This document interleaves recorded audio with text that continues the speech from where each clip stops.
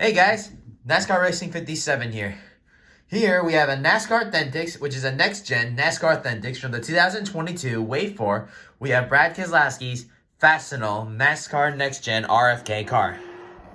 And on the back, you can get other NASCAR Next Gens like Austin Cindric, Joey Logano, Kyle Busch, Harrison Burton, and Cole Custer, and more. Let's get Brad Keselowski out of his box. So here we have a sticker, which is the same number 6 pattern on the side, blue, and a new number 6 model version, and his name. It popped out easily for the number 6, you probably might have saw. So here is Brad Keselowski's.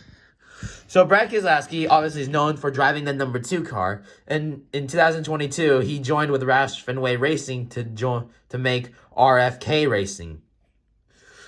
So here is the next gen Brad Keselowski's car.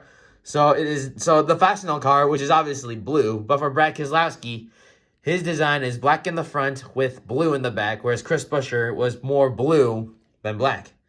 So obviously the number 6 has a new design and has now moved to the side and to make room for more of the sponsor.